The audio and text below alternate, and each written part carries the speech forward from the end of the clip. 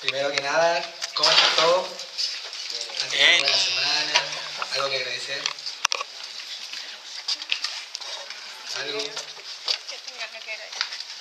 Le agradecieron. Ya agradecimos. Te ganaron. ¿Ah? Te ganaron. ¿Ves? Nada, eso no tengo. Igual. Igual, No, que estamos súper contentos porque nos salió de la casa, estuvimos en Puerto Montt, nos llamaron y fue súper bonito. Amén. Así que ahora hay que buscar casa nuevo, pues que Dios nos ayude a encontrar una buena. Villa Alemana. Sí, no, hemos visto hasta el 30. A ver si buscamos. Una casa grande.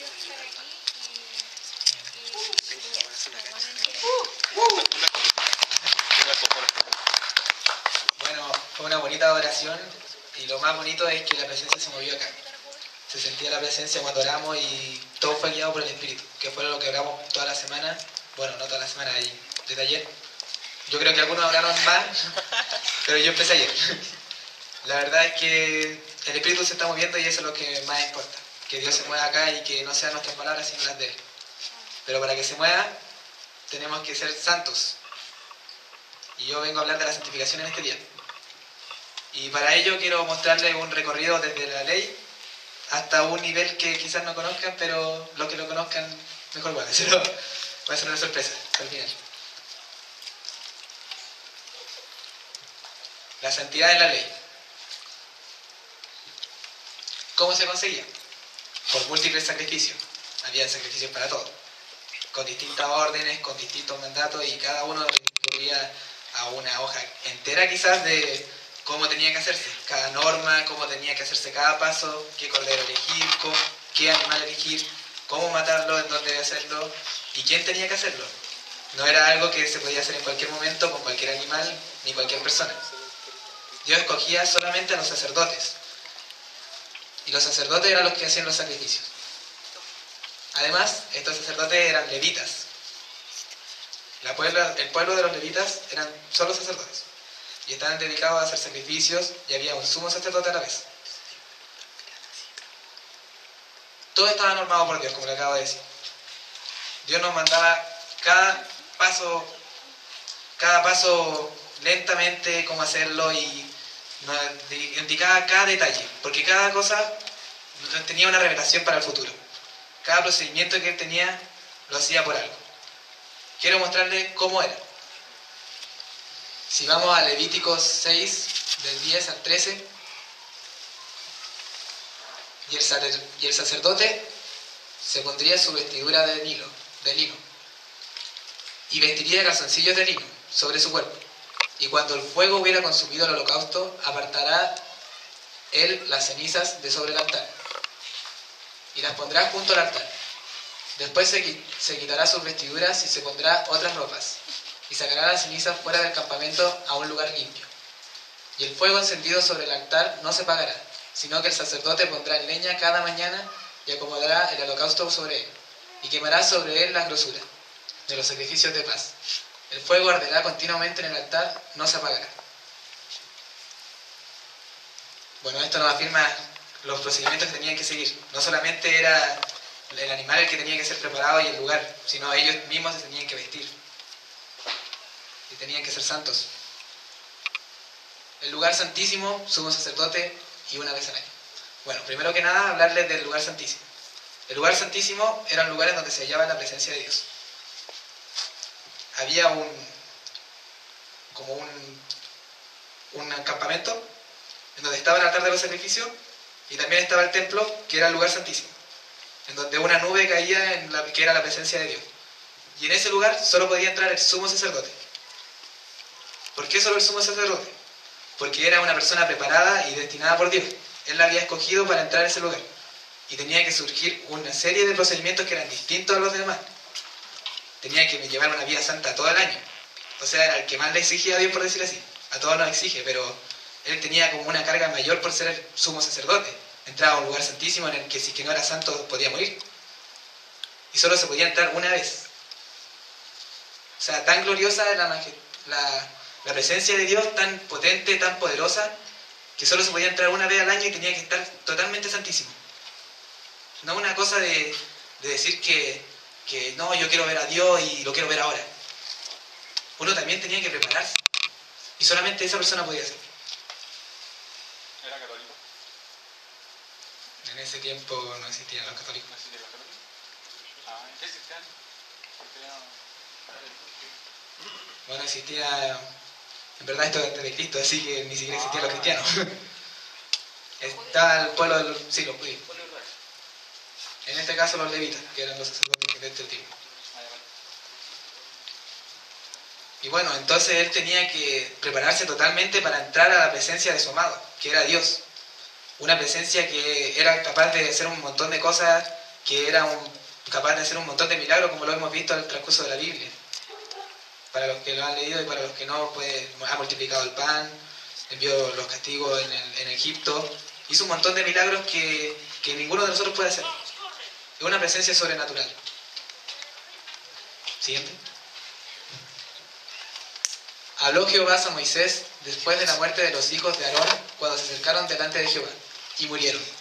Y Jehová dijo a Moisés: di a Aarón tu hermano que no en todo tiempo entre en el santuario, detrás del velo, delante del propiciatorio que está sobre el arca, para que no muera, porque yo apareceré en la nube sobre el propiciatorio. Aquí nos damos cuenta que los hijos de Aarón murieron por entrar al lugar santísimo sin obedecer a Dios. Aquí vemos la importancia que es obedecer a Dios. Si no obedecemos a Dios no vamos a ser santos, así de simple. Y si no somos santos no podemos obtener el regalo que es por gracia, que es estar en su presencia. No vamos a poder tener esa gratitud, esa felicidad, ese gozo de tenerlo a Él al lado de nosotros, acompañándonos cada día, dentro de nosotros, como es Cristo, una llama encendida en nuestro corazón, una luz. No podremos tener ese regalo si es que no lo obedecemos. Siguiente. Santidad es poder de Dios. Como les venía a decir antes, la santidad era necesaria para entrar al templo, en donde estaba el poder de Dios. Pero además, cuando nosotros somos santos, recibimos parte de ese poder, a medida que Dios quiera. Como lo hizo Moisés cuando le dieron la vara. Esa vara tenía el poder de Dios, era una vara santa. Y Dios le dio ese poder porque vio su corazón que era santo, que era limpio. Y le dio ese poder para su propósito, para que Él lo obedeciera. Si es que Él no hubiera obedecido lo que Él le hubiera dicho, no hubiera pasado nada. Esa vara no hubiera servido de nada. Porque en la obediencia está la ganancia. En la obediencia estuvo su santidad, en la obediencia estuvo el poder que era de Dios. Y en la obediencia tenemos poder. Cuando toda la gente hubo acabado de pasar del Jordán, Jehová habló a José diciendo: tomad del pueblo 12 hombres, uno de cada tribu, y mandadles diciendo: tomad de aquí en medio del Jordán, tomad de aquí del medio del Jordán, del lugar donde están firmes los pies de los sacerdotes, 12 piedras, las cuales pasaréis con vosotros, y levantadlas en el lugar donde habéis de pasar la noche. Entonces Josué llamó a los 12 hombres, a los cuales él había designado de entre los hijos de Israel, uno de cada tribu. Y les dijo Josué: pasad adelante del arca de Jehová, vuestro Dios, a la mitad del Jordán. Y cada uno de vosotros toma una piedra sobre su hombro, conforme al número de las tribus de los hijos de Israel.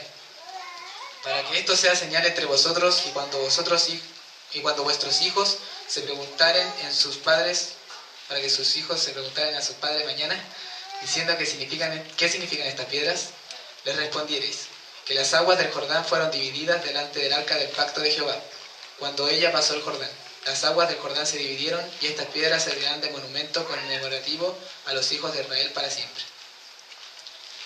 En la arca del pacto se encuentra lo que es los 10 mandamientos, el maná del cielo y la vara de Aarón. Y ahí se encontraba la presencia de Dios. Era un poder majestuoso. El que lo tocaba y no era santo moría. Por eso los que la cargaban tenían que ser santos, tenían que ser puros. Y ni siquiera la tomaban es como una caja, por decir así. No la tomaban de la caja, por decir así. La tomaban de unas varillas que se ponían, unos palos que con eso lo llevaban, porque no podían estar en pleno contacto con él. Y aquí dice que cuando la llevaron en sus hombros, cuando cruzaron el Jordán se dividió. y pudieron pasar por a través de él. O sea, el poder que tenía la presencia de Dios. Dios los acompañaba, pero ¿qué tuvieron que hacer antes? Obedecer. Tuvieron que obedecer cada una de las cosas que Dios les dijo. Cada piedra que tomaron, cada procedimiento que hicieron, fue porque Dios tenía un plan con eso.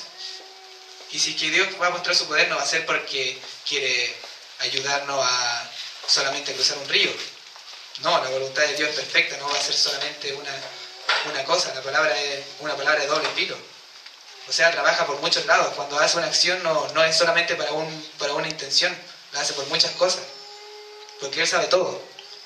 Entonces, puso cada piedrecita porque con esas piedrecitas iba a mostrar su poder a los hijos de ellos. Además, le iba a mostrar el poder a los que estaban ahí cuando cruzaron el Jordán. O sea, no solamente le iba a mostrar a los que estaban ahí, le iba a mostrar a sus descendientes, iba a mostrar su poder a todos. Y a veces nos cuesta comprender por qué hay que obedecer cada vez en cada norma que nos da Dios, por qué no tengo que mentir, por qué no puedo robar un chicle, algo tan minúsculo. Pero al final Dios lo hace por un motivo, porque tiene un perfecto propósito. Y el pecado es pecado, no importa la medida. Y Dios nos lleva a hacer distintas cosas que no entendemos, pero finalmente llegamos a un propósito que Él nos tiene destinado, que es su perfecta voluntad. Desobediencia de Israel. Como muchos saben, el pueblo de Israel desobedeció muchas veces. Pecó, idolatró a otros dioses, adoraron miles de veces a otros dioses, siendo que Dios le había demostrado su poder de muchas formas. O sea, fueron un pueblo muy bendecido y aún así pecaron. O sea, ¿qué nos queda a nosotros? Que apenas hemos recibido a Cristo, quizás algunos hayan visto algunos milagros, pero ellos vieron miles de milagros y aún así pecaban, aún así idolatraban a otros dioses. Y esto trajo una consecuencia, como cada uno de nosotros también la puede tener en nuestras vidas. Se complace Jehová tanto de los holocaustos y víctimas como en que se obedezca a las palabras de Jehová. Ciertamente el obedecer es mejor que los sacrificios y prestar atención que la grosura de los carneros. ¿A qué se refería con esto Jehová? No le importaban cuántos sacrificios hicieran ni que le entregaran el mejor cordero, mientras no obedecieran ni siguieran su voluntad. Esa es la principal enseñanza que nos quería dejar. ¿Y qué hicimos nosotros? Hicimos miles de sacrificios para arrepentirnos de nuestros pecados, pero no entendimos que la verdadera que nos quería enseñar era obediencia, que fue lo que fallamos. Entonces quiero llamarlo a ustedes a que sean cada día más obedientes y obedezcan en esos pequeños detalles como les venía diciendo. Que no pregunten por qué, pregunten para qué. La gracia. Esto viene a ser parte del nuevo pacto y último sacrificio. Dios no se podía contradecir. No podía dejar la ley así como así. Tenía que cumplirla por todos nosotros. Y envió a su Hijo para que la cumpliera como el último sacrificio. El último cordero que iba a ser sacrificado. Y fue un cordero de gran poder, el Hijo de Dios. Fue el mayor sacrificio que uno podría hacer. ¿Quiénes de aquí darían su hijo cuando lo tuvieran? Bueno, muchos quizás no saben, no han sentido la experiencia de tener un hijo, pero un hijo es algo importante, ¿eh? Un hijo es algo por quien darías la vida. Un hijo viene a ser como lo más importante en tu vida cuando nace. Obviamente siempre tenemos a Dios primero, pero un hijo es algo que marca nuestra vida y que nos cambia totalmente. Y Dios lo entregó por nosotros, por quienes lo desobedecieron, por quienes miles de veces adoraron a otros dioses, por quienes quizás hacían miles de sacrificios para arrepentirse día a día, pero al final seguían haciendo lo mismo y desobedecían y desobedecían y desobedecían. Pero Él lo hizo por amor, por gracia, un regalo inmerecido. Así, por medio de Jesucristo entramos en un nuevo pacto con Dios, porque Jesucristo murió para que Dios nos perdonara todo lo malo que hicimos cuando servíamos al primer pacto. Y por medio de su muerte, también los que hemos sido elegidos por Dios recibiremos la salvación eterna que Él nos ha prometido. O sea que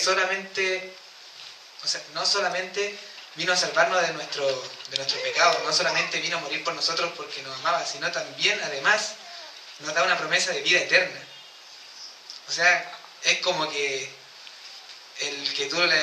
la persona que tú le hayas matado al hijo, que le hayas robado toda la casa, que le hayas violado a la madre quizás, que le hayas hecho lo peor de la vida, te le regalara una casa, te cambiara la ropa así que está en la calle, te levantara, te cuidara cada día y te fuera a ver y entregara amor. Eso es lo que hizo Jesús. A pesar de que lo escupieron, que le desobedecieron, que miles de veces lo ignoraron, que tocó a tu puerta y no lo escuchaste.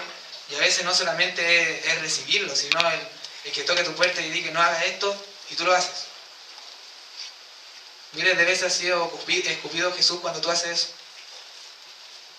Y Él lo hizo por amor. Se sacrificó por nosotros aún sabiendo todas esas cosas.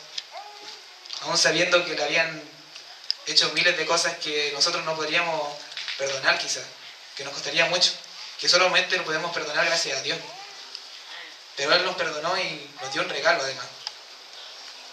O sea que no solamente es perdonar, sino que nos levantó y nos dio una promesa grandiosa, de que vamos a tener vida eterna, que vamos a estar en un lugar llamado cielo, donde no tendremos enfermedades, habrá calles de oro y adoraremos a Dios por siempre.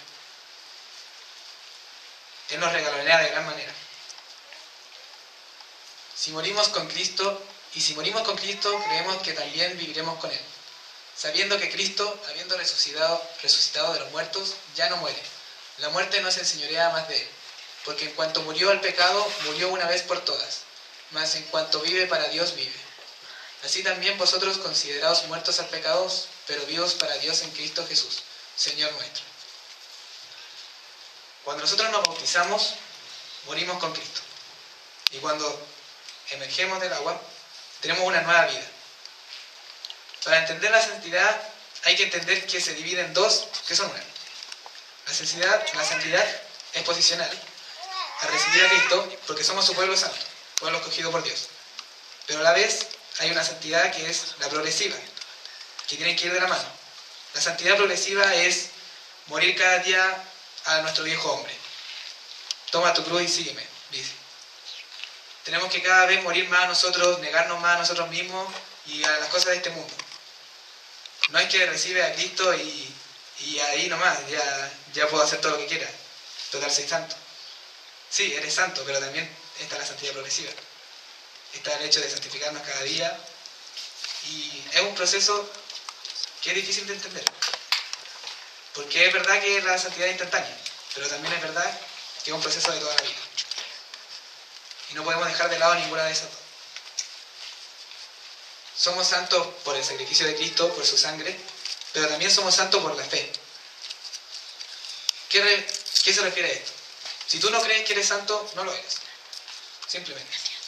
Si no crees que Dios te santificó, que Dios entregó a su Hijo por ti, si no te crees merecedor de lo que Dios ha hecho, no eres santo. Entonces hay que tener fe.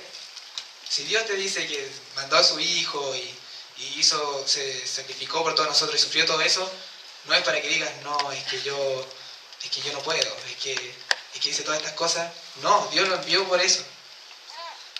Y con esa actitud al final no siente como una actitud así como de baja autoestima. A eso nos hemos relajado, a pensar que no somos merecedores. Pero al final, diciendo que no somos merecedores, estamos dañando el sacrificio que Dios hizo por nosotros. Estamos desechando su amor. Estamos desechando todo lo que Dios hizo por nosotros. Entonces tenemos que aceptarlo de una vez por todas y aceptarlo por fe. Porque Dios no nos dio algo porque sí. Dios nos dio la salvación, nos dio la santificación porque nos ama. Y no es para que la rechacemos así como así. Tenemos que recibirla.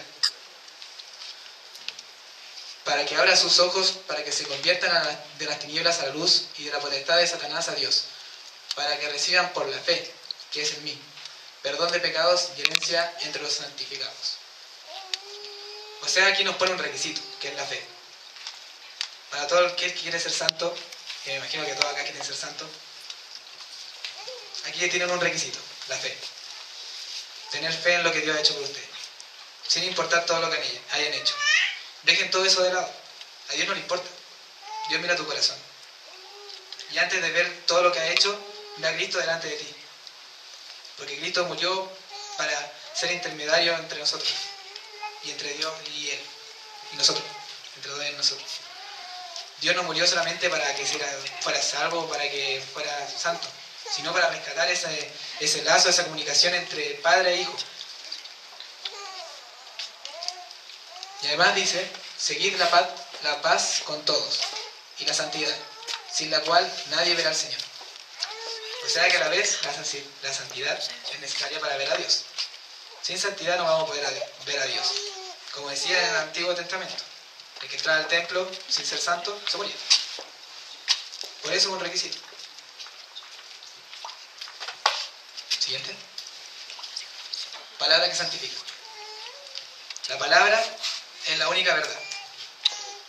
Y para ser santos tenemos que creer en el amor, la justicia y la verdad, que son las que encontramos en la palabra.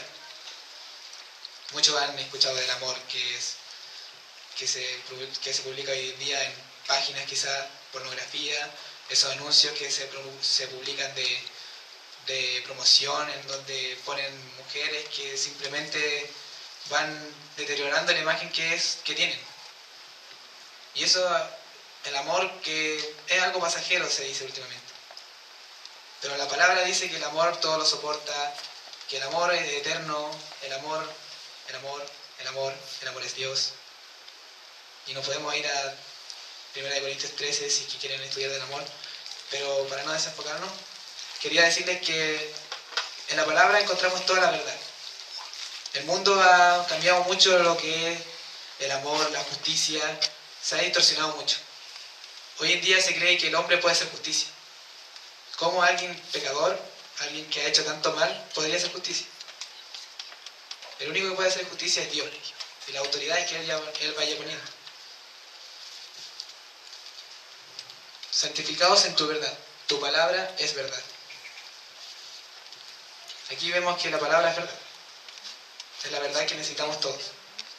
Miles de preguntas que nacen en nuestra cabeza, que se desarrollan durante el transcurso de nuestra vida y las intentamos de responder con vicios, con revistas que dicen, por ejemplo, hoy día serás feliz, cree en el dinero te hará feliz, tendrás todo en tu mano, tendrás el poder, tendrás fans, tendrás mujeres que hay a tus pies. Hoy en día se habla de eso, pero eso no es la verdad. La verdad es la palabra. La verdad es que necesitamos a Cristo, que es la única cura de todas nuestras enfermedades. Siguiente. Jesús ayuda e intercesor en nuestros pecados. Como le decía antes, Jesús vino a restaurar nuestra relación con Dios. ¿Y a qué se refiere esto?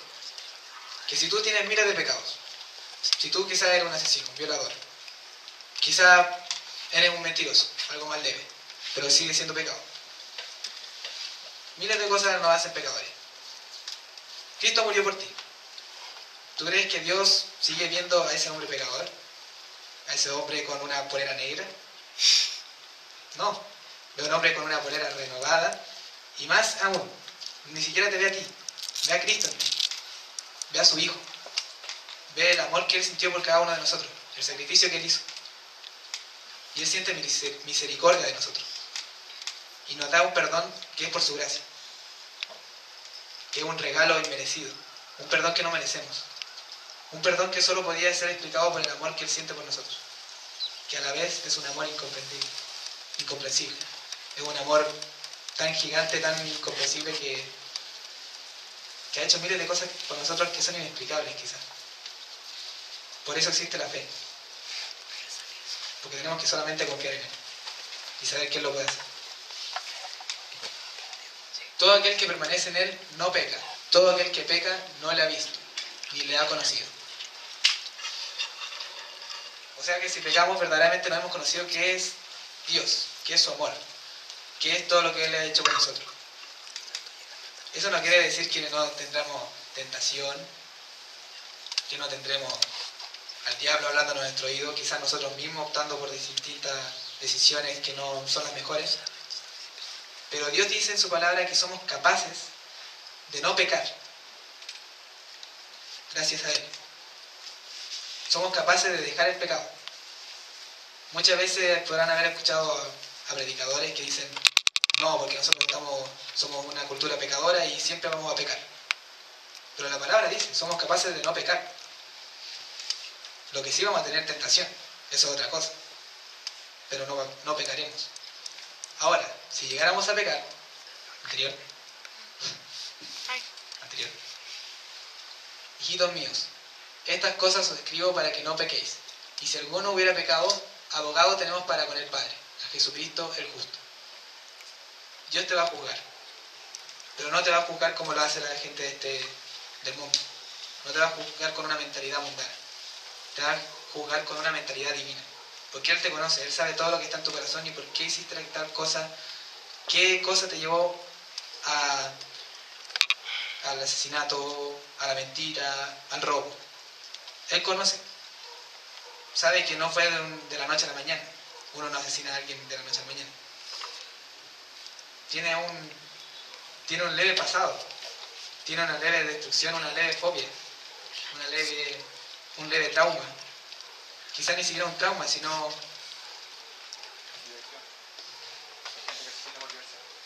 diversión. Pero esa diversión no nació de la nada. Esa diversión nació de una experiencia que tuvo en el pasado. Internet, juegos. Todo tiene un propósito y Dios conoce esos propósitos con el cual llegaste a tal cosa. Entonces Él te va a juzgar de lo que Él sabe, que es todo. La santidad requiere un sacrificio.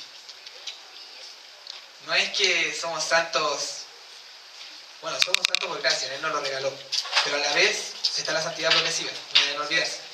Y esa tiene un peso santo. Por eso Dios dice, carga tu cruz, o sea, lleva tu cruz.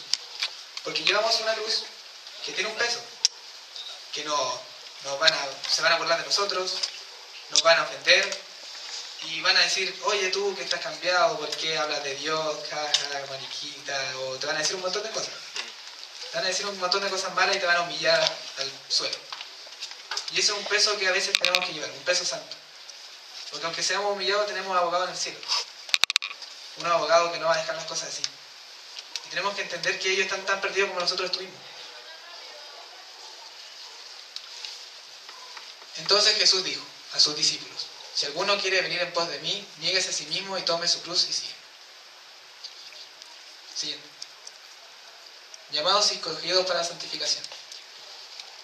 Nosotros somos llamados y escogidos para la santificación. Dios te llamó a ti, a Daniel, a David, a Camila, a Diego, que está levantando la mano, a Rodrigo, no, a Rodrigo. Nos llamó a cada uno de nosotros para ser santos. Porque Él nos ama y quiere lo mejor. Y sabe que lo mejor es que seamos santos. La santidad nos va a llevar a una intimidad con Él. ¿Y qué mejor que una intimidad con el Padre que nos dio todo y con el Padre que ha creado todo? Con un Padre glorioso, de poder y de amor. Siguiente. A la iglesia de Dios que está en Corintios. Bueno, me salto eso. A los santificados en Cristo Jesús, llamados a ser santos con todos los que en cualquier lugar invocan el nombre de nuestro Señor Jesucristo, Señor de ellos y nuestro. Y en 2 de Tesalonicenses 2:13 dice, pero nosotros debemos dar siempre gracias a Dios, respecto a vosotros hermanos. Gracias a Dios, respecto a vosotros. Hermanos amados por el Señor, de que Dios os haya escogido desde el principio para salvación, mediante la santificación por el Espíritu y la fe en la verdad. O sea que cada uno de los que será salvo ya fue escogido desde el principio, desde antes de que naciera. Todos los que están llamados a ser santos, salvos, yo no soy quien para decir quién es salvo, pues solo Dios sabe eso, pero Él los tiene escogidos desde el principio. Él sabe quiénes van a ser salvos y quiénes no. Santidad y los últimos tiempos. En los últimos tiempos va a venir Dios y va a ver nuestros corazones. Va a ver cuántos se esforzaron. Llevaron su cruz, intentaron de cortarla, de aligerar el peso, de quizás se aburrieron y la dejaron por ahí tirada. Quizás se concentraron tanto en lo que era investigar que fueron simplemente a la sabiduría, que era la palabra, pero no a Dios. ¿Qué hicieron con su vida? Seguid la paz con todos y la santidad, sin la cual nadie verá al Señor. La santidad es lo que quiere Dios. Eso es lo que busca. Y con esto no quiero decirles que de la noche a la mañana van a dejar todo. ni que van a convertirse en unos seres perfectos. No podemos ser perfectos, solo Dios lo es. Pero sí voy a decirles que hay que poner nuestro mejor esfuerzo y hasta más del 100% y darlo todo. Así como Jesús lo hizo por nosotros. Bienaventurados los que lavan sus ropas, para tener derecho al árbol de la vida y para entrar a las puertas por las puertas en la ciudad. Siguiente. ¿Hay más? No. Sí. Santidad en gloria. Siguiente. La promesa de la gloria. Dios nos promete gloria. Obviamente Él es el merecedor de toda la gloria y Él es el que va a ser el digno de nuestra gloria en cada día, de nuestros actos que tienen que glorificarlo por medio de nuestra santidad. Alabarle, hablar de Él, bendecirlo. Y siempre, cuando uno tiene una pasión, ¿de qué habla? Por ejemplo, ¿cuál es tu pasión? Y cuando estás con tus amigos, ¿de qué es lo que más hablas? De lo que el tema es que, por ejemplo, cuando hay un grupo hay un tema y uno trata de involucrarse en el grupo tratando de opinar del tema, pero cuando tú hablas con una persona que realmente tiene una pasión y ama a Dios, te fluye las palabras, te fluye de las cosas que tú has vivido y te fluye cómo tú amas a Dios, el decir a esa persona. Eso es tener una pasión. Que aún estando en temas, quizás vaya a un grupo y estén hablando de autos. Pero tú, entre medio de los autos, vas a meter a Dios. Porque tienes que hablar de Él. Necesitas hablarle a cada uno de ellos. Porque no tienes a nadie más en tu corazón que a Él. Es tu amado, es tu novio, es a quien más amas. O sea, necesitas hablar de Él a cada una de las personas que están en ese lugar. Y de alguna forma vas a meterlo. Quizás estás hablando de música. Y está hablando con un rapero. Le dice, mira, está Redimido, está Marimonte, son cantantes cristianos que hablan que cantan rap, pero a la vez te dan palabras. Y tú vas a cantarle unas canciones, quizás, y vas a empezar a hablarle de Dios, pero desde lo que Él te está planteando. Pero vas a sentir esa necesidad de hablar de Dios. Y quizás Dios te lleve después a hablarle de lo que es arrepentirse y de que es la santidad. Pero la cosa está en que nosotros necesitamos hablar de Él. No nos podemos quedar sin hablar de Él. Nos metemos hasta es como esa gente que te sale hasta en la sopa. Así es Dios cuando hablamos. Sale en todas partes. Si pues habéis resucitado con Cristo, buscad las cosas de arriba, donde está Cristo sentado a la diestra de Dios. Poned la mira en las cosas de arriba, no en las de la tierra, porque habéis muerto y vuestra vida está escondida con Cristo en Dios. Cuando Cristo, vuestra vida, se manifieste, entonces vosotros también seréis manifestados con Él en gloria. Ahí está su promesa. Seremos glorificados con Él. Cuando Él nos lleve, cuando nos vayamos con Él, cuando vea nuestro corazón en santo, cuando veamos que lo hemos obedecido, que hemos tenido su pasión, que hemos tenido su luz, que no la hemos dejado solamente para nosotros, sino que la hemos entregado a otros, cuando Él vea todo eso, nos va a glorificar con Él. Nos va a llevar en gloria. Pronto cumplimiento. Siguiente. He aquí yo vengo pronto, y mi galardón conmigo, para recompensar a cada uno según sea su obra. Esto no quiere decir que solo por obra seremos santos. Porque si que, por ejemplo, alguien dona 1 millón a un orfanato, pero no lo hace con el placer de agradar a Dios, porque Dios se lo dijo, no va a tener ninguna diferencia. Va a ser como que cualquiera lo donara. Va a ser como si que alguien lo donara porque va a ganar más. Dios quiere ver que hagas obras para agradarle, para glorificarlo, para exaltarlo, para mostrar a los demás qué cambios realiza en tu vida, para mostrar a los demás qué tan grande es Él y su amor. Y Él te recompensará a medida que vaya viendo todo lo que ha hecho. Cuando tú llegues a ese punto en que te lleve, te dará la recompensa que tú quieres. Pero en este momento tenemos que luchar. Tenemos que luchar porque todos reciban a Cristo. Este es el tiempo que tenemos. Quizás tengamos 70 o 100 años los que podemos durar en esta vida, en la vida que tenemos en este mundo. Y en estos 70 o 100 años, o quizás menos, quizás cuántos Dios tenga planeado para cada uno de ustedes, tenemos que luchar, tenemos que entregarlo con todo, tenemos que darlo todo por Cristo. Tenemos que humillarnos, tenemos que quizás vivir en hambre, en pobreza, no sé cuál sea el llamado de cada uno de ustedes. Ustedes pueden estar llamados a eso y quizás no. No les voy a decir que tienen que vivir eso. Pero tenemos que estar dispuestos, tenemos que tener esa disposición en el corazón de hacerlo todo por Él. De hacer todo lo que nos pida y obedecerle siempre. Y después en la vida eterna, Él sabrá dar su recompensa. Ese era el tema que tenía preparado para hoy.